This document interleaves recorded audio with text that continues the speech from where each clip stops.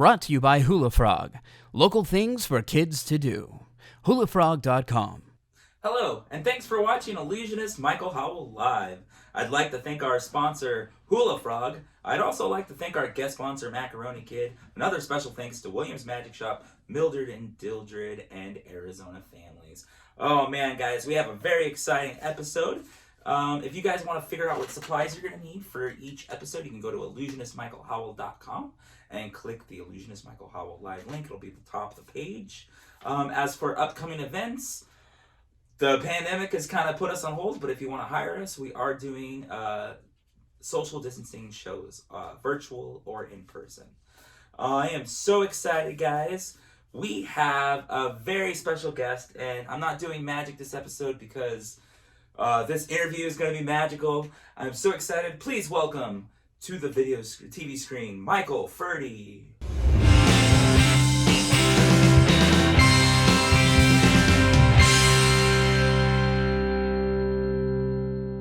Oh my gosh, I'm so excited, guys. We have Michael with us, Michael Furdy. Thank you so much, man, for coming on. Hey, how are you? Good to see you. Good to see you, man. I'm doing good. How you doing? Excellent. It's a challenging time during the pandemic, and it's great to get together with you. Gotcha. So I know you're a sound editor and sound supervisor, but what exactly do you do? Oh, okay. So as a sound supervisor, I oversee the other editors in my department. And basically what we do is we put together the soundtrack for a television show or an animation or a video game. And basically we do all of the sound editing except for the music composition portion. So we will, on a live action TV show, we will edit the dialogue, which is the production sound that was recorded on set or on location. We'll also add in the sound effects. We'll add in what's called the Foley, which is for footsteps and handling and that sort of movement. And we'll add in backgrounds as well, and any kind of sound design. And I will bring that to a mix stage, and there, with other re-recording mixers, I will work to balance the level of the dialogue and the sound effects and the backgrounds and the Foley with the music.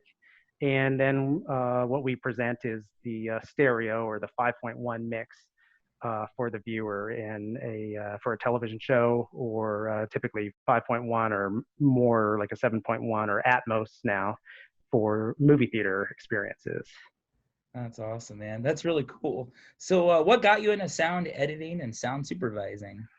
Yeah, it's kind of interesting thinking back on it, because I think when I was very young, I really enjoyed, a lot of cartoons, especially a lot of Japanese animation.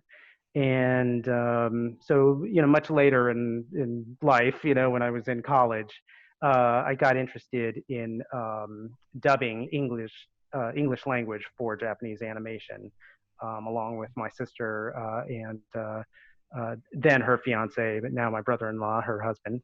And so once I graduated college, I moved out to Los Angeles, and I had not worked on any, television shows or done any, my degree was not in sound editing. It was rather in business and entrepreneurship. But my entrepreneurship project at the University of Arizona was starting a dubbing studio for Japanese animation. So I sort of fell into TV and movies, editing and stuff for sound.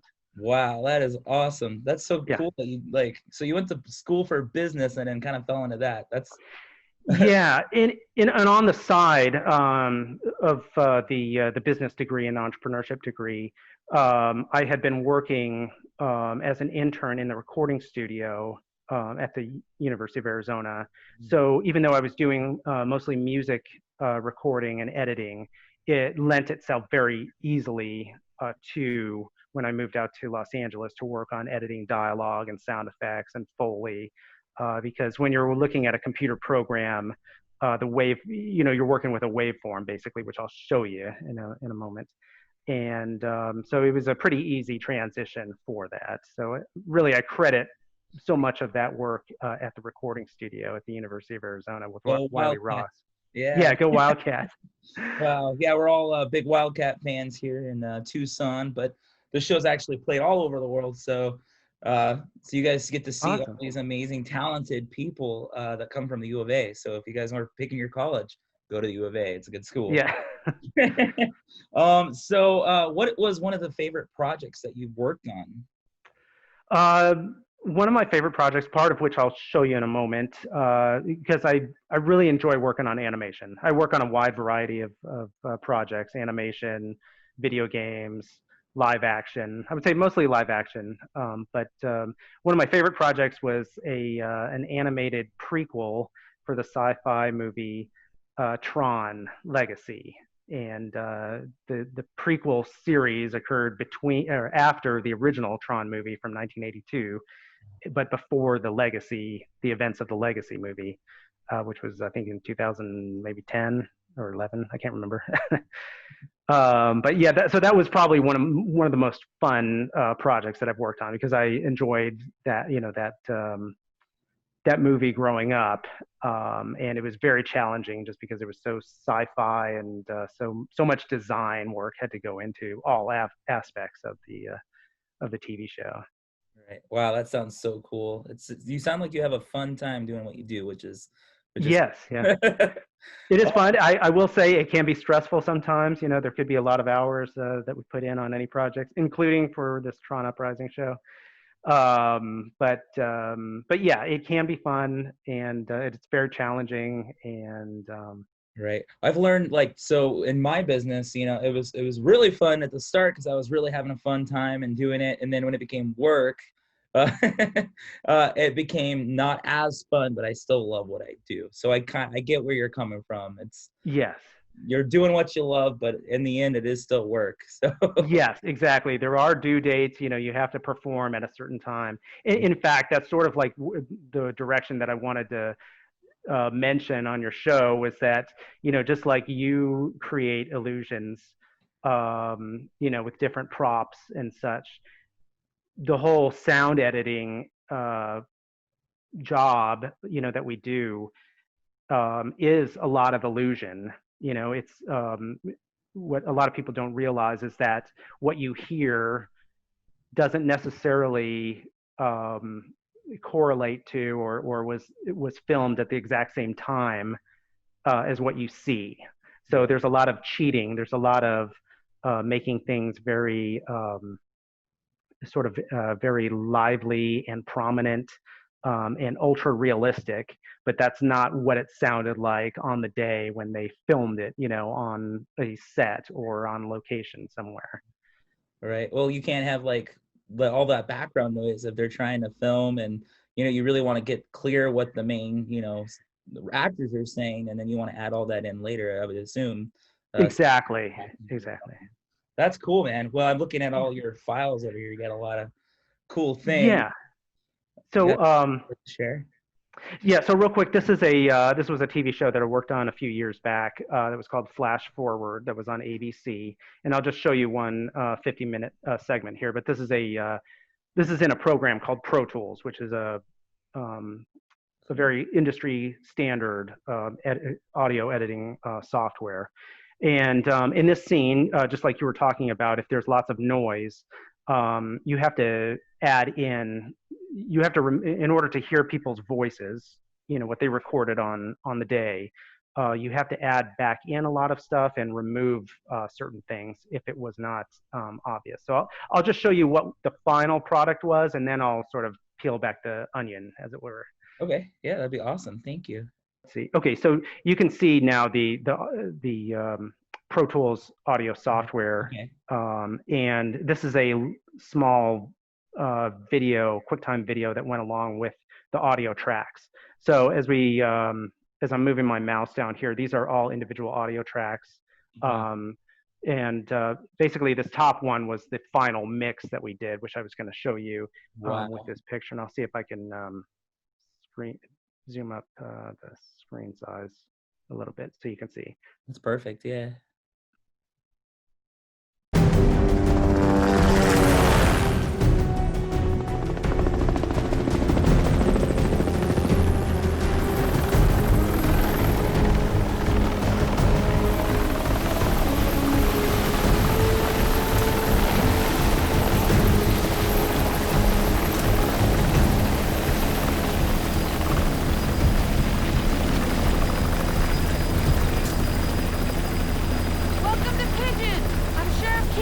Brentford, this is Agent No.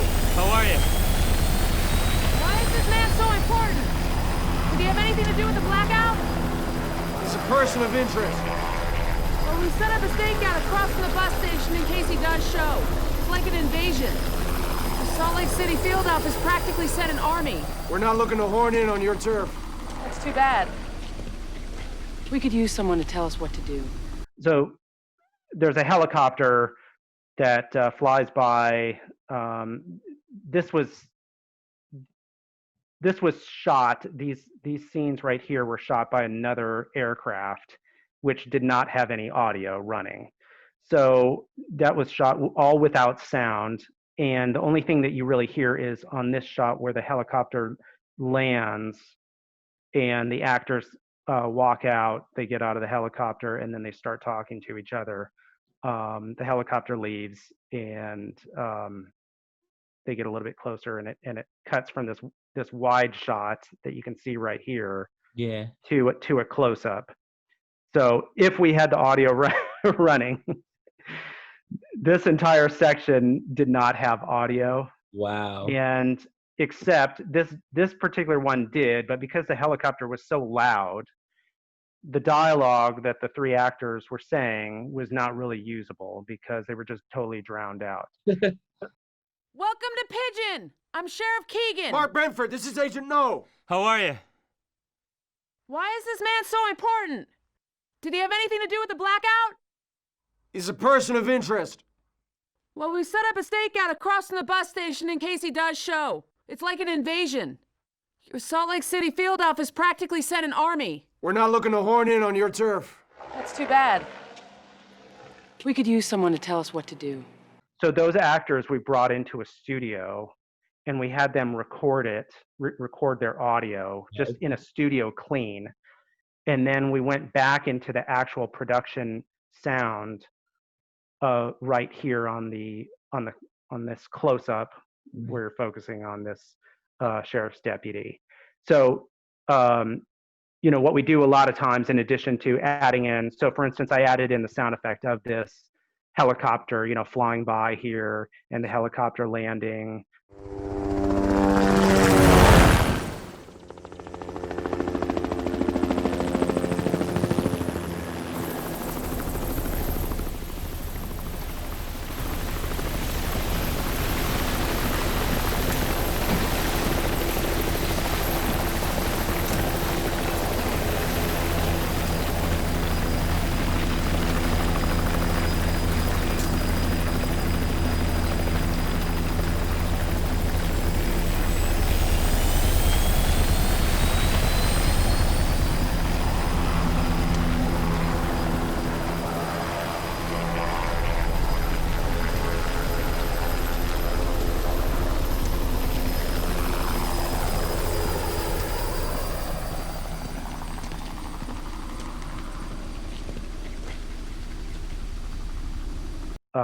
There was another group of people that I work with that do the Foley, like I had mentioned with the footsteps. So they, put on different types of shoes in a recording studio and walked on different surfaces. So for instance, they're out in the middle of the desert here.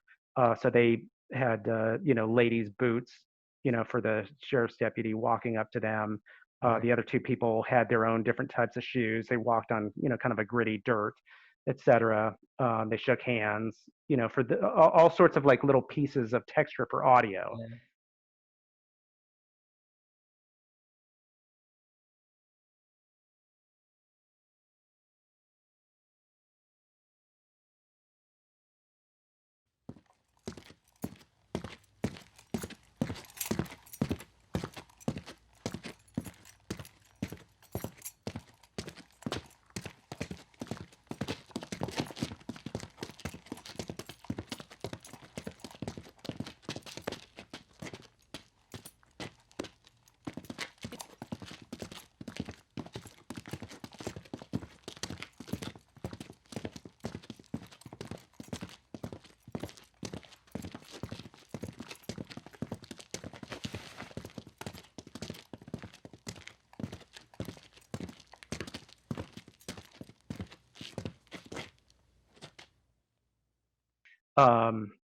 And then their dialogue right here was completely replaced with what we recorded on at the studio.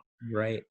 Um, and then we went back into the actual production, because right here, when they shot this particular angle, there was no helicopter in the background at all. So it was totally quiet except for the sounds of the desert and stuff. So what I was trying to show you, even though I couldn't through That's the okay. Zoom meeting that we're having, was that, there's all these layers that go into creating this final track that you hear, Right. when you view it on TV or in the movies and such. I don't think people realize that either. Like, in reality, I mean, it is definitely hard to hear people over a helicopter or whatnot. And obviously, like when you're filming, like you have to and then you had to go into a recording studio and then sync it up and then make sure that the sound is going in movement with the same pace as their lips, like getting it all lined up. I mean, that's super hard. So. Yes, yeah, it's an enormous process. Typically on a TV show, I'd say they give us about 5 days to Not a do. lot. Yeah, it's not a lot of time, so you have to sort of pick your battles, and occasionally on very busy shows. This one was a very busy show because there was a lot of action. There were lots of gunfire and gun battles and such, and fist fights, and then motorcycle chases and helicopters coming in, and all sorts of design stuff too. There was kind of a weird sort of sci-fi aspect to this TV show. So yeah, so you have a crew of people. So one person focuses on just editing the production dialogue. Another person focuses on editing what we call that ADR, all of that other dialogue that's recorded in a studio, clean, to replace any production dialogue that has problems. I have a question. You were Yes. saying, so you had the part where they recorded in the studio, and then you said this shot that I was looking at here, this last shot over the shoulder on the lady, and you said that sound was clean. Now, were you able to use that sound, and did it match up with the recordings later on, or did you just do it all in the studio for this part? No, so we did blend. Typically, because we're on a TV show, we only have 5 days. It's hard to bring in the actors to replace, too much dialogue. And if their performances are very good, on that location or on the set, there's no reason to replace their performances. Yeah. So we only try and replace what's absolutely necessary, and enough of it to blend in to what they, because we have to, there's sort of a process that we have to go through with each actor, because they have to match the tonality and the projection and the feeling and the intent in order to blend in with what the production recording was. So it's an illusion that is created to make it seem that all of the dialogue that you're hearing was recorded right then and there for what you're seeing. All at the same time. And as an actor, I get it. Like, if your levels are different, like if the intensity is not there, if you're not feeling the same way you were feeling at that moment, it's super hard to get it all to line up. So it's a challenge for you and the performer. So that's yes, really cool. Yes. And I don't think people realize that there's so much detail and stuff that goes into TV or films, and like those little sounds, like the sounds of your feet or the sounds of people like high-fiving or handshaking, like all of that stuff is very, you just think, oh, that's just there because that's what you hear normally throughout your life. But they don't realize that, you have to put all that in when you're, making a film. Yeah. TV. Exactly, and it's so it has to be very present, and there's a lot of attention to, there's over attention to detail. So we do record a lot more than really what we need, because when you're on the mix stage and you're trying to choose every moment, what's the priority? Is the dialogue the priority? Is the music the priority? Is that sound design or is that footstep the priority? And moment by moment, you can adjust each one. So having that ability, that control over, I want the dialogue to be a little bit louder because I need to understand it, or I want to lower the music or the backgrounds of that desert landscape, etc. So having that control and giving that control to either the director on a feature film or for a producer, on a TV show or on an animation, giving them that creative license to choose, what they want to present at any moment. And honestly, like all those things make a huge difference in the way that the film is perceived, and it gives, different feeling to each thing. So if the music's, up and it's like an action sequence and they're running, it just really makes an impact on the film or the movie or the TV show that, we're watching. So that's very important. Yeah, exactly. And you know what? Tying that into what you do, I think that you try and bring somebody's focus, their attention to a certain thing that you're holding or that you're doing or that you're saying, while not doing something else, not distracting them with something else. So in the same way, we're trying to not distract them with unnecessary information that we don't want to present to them. That's awesome, man. So This is so cool. It's filmmaking. Just like this meeting, this interview right now is magic. Like the fact that there's so many different pictures going, and that's incredible. Like that's really cool.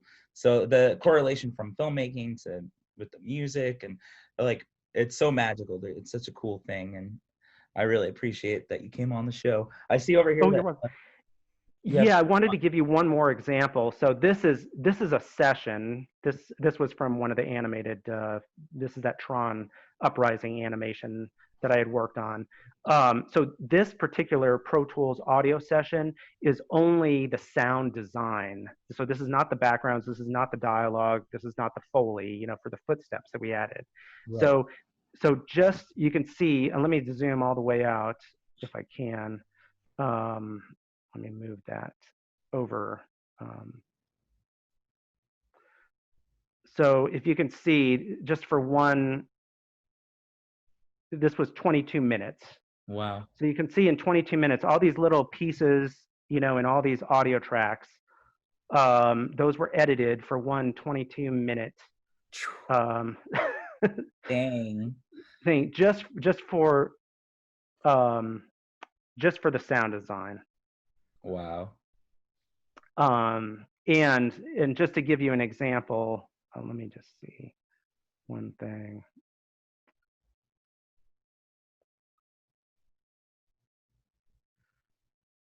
So any one thing that happens, so this particular explosion that happens, it's sort of hard to see because I have to move the video piece. Gotcha.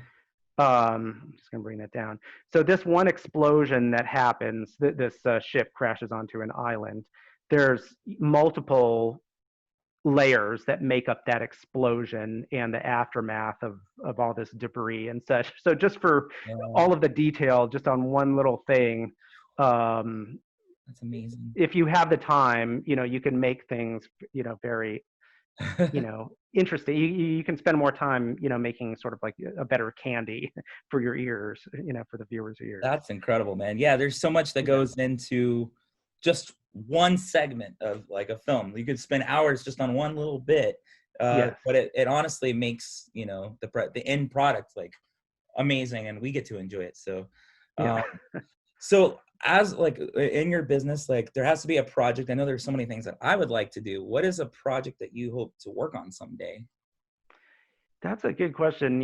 I really enjoy a lot of, like I said, animation, but I also enjoy, obviously sci-fi, fantasy.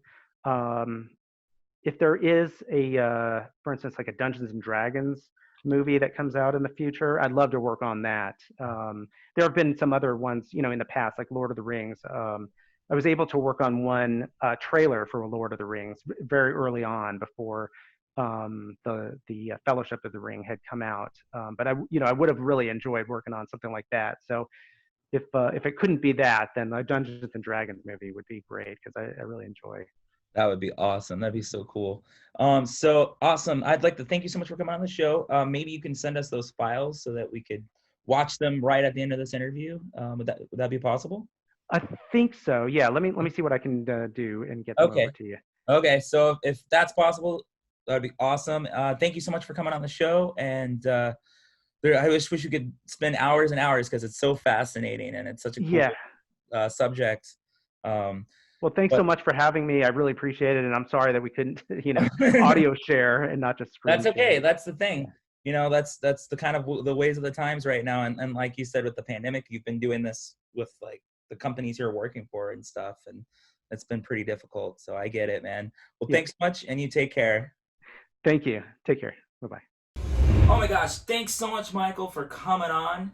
He did want me to share that they only do the Zoom meetings when they're just talking, but they use a nicer, fancier program when they're doing screen sharing and stuff. I didn't get the name of it, but if you guys want to find out the name, you can go to the website, and I'll post it on the Illusionist Michael Howell Live link. Thanks so much, Michael, for coming on. Oh my gosh, that was so cool. So now we're going to make our science experiment. It's called elephant toothpaste. So you're going to need a packet of yeast. You're going to need soap. You're going to need a bottle to drink lots of water, and then put, what is this? Is half a cup of hydrogen peroxide. This is half a cup of hydrogen peroxide in here. And then we got our water in here. So in here, I got a little cold, guys. I'm sorry. So this is what you're going to do. You're going to put your yeast inside of the water. And what we're doing is we're making elephant toothpaste. So there's several different renditions of this. This is pretty cool. And then actually can I have the bin, and I'm gonna stir this. Oh, I have it back here. So make sure you stir it.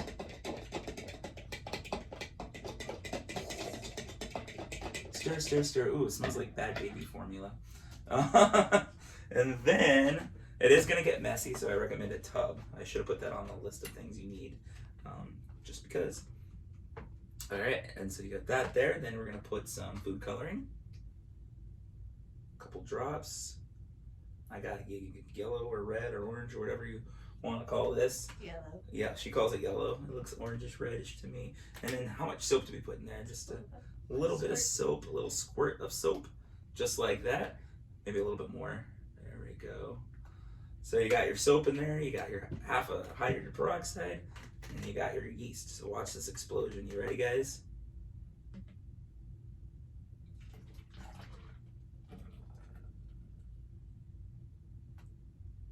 Slowly but surely coming up through the bottle.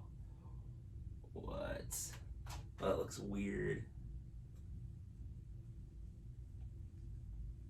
And you got yourself some elephant toothpaste. See, now the zoo can check it out. What's cool about it too is it's like a weird consistency. So it actually smells pretty good. My hands are clean now, guys, because there's soap in there. All right, we are done with that science experiment. You can take it closer to the camera so they get a closer look at it. Wow. You can use any color dye, guys, so it doesn't have to be that color. You can use blue or green or whatever you want. Real fast, I have animal rescue called Rose Ranch Animal Rescue. More information on the website, illusionistmichaelhowell.com. Now, guys, it's that time where we tell you the worst jokes that you've ever heard. Jerica, what did the light bulb say to the other light bulb? I'm just kidding. Okay, here we go. I picked some dog jokes this time. You'll see later on why. Okay, what did the dog say when it sat on sandpaper? What did the dog say when it sat on sandpaper? Rough. Okay, what dogs keep the best time? What dogs keep the best time? Watchdogs. Ah, that's terrible. Okay, what type of market do dogs avoid? What type of market do dogs avoid? A flea market. Oh, because they don't want to get fleas. And this is why they're all about dogs. This one's for you, Mr. Michael. Michael Furdy, sound guy, sound supervisor, man. Here we go. You ready? What do you call a dog with a surround sound system? What do you call a dog with a surround sound system? A subwoofer. All right, guys, thanks so much for watching Illusionist Michael Howell Live. Thanks to our guest sponsor, Macaroni Kid. Thanks to our big sponsor, Hula Frog. And thanks, Michael, for coming on the show. Now, next week, guys. Oh, I'm so excited, so nervous. I can't wait. we have a very special guest. My inspiration into magic, guys. The one that made me go, oh, like, I have a local inspiration, but this was the one I saw on TV. We have next week Master Illusionist Lance Burton, guys. Performed at the Monte Carlo for many years. It's been on multiple TV shows. The best. I am so excited. So make sure you watch. I am so excited and nervous to interview him. He's a great guy. You guys will love hearing him talk, tell you about the business. Stay tuned. Next week's guest, Master Illusionist Lance Burton. Bye, guys.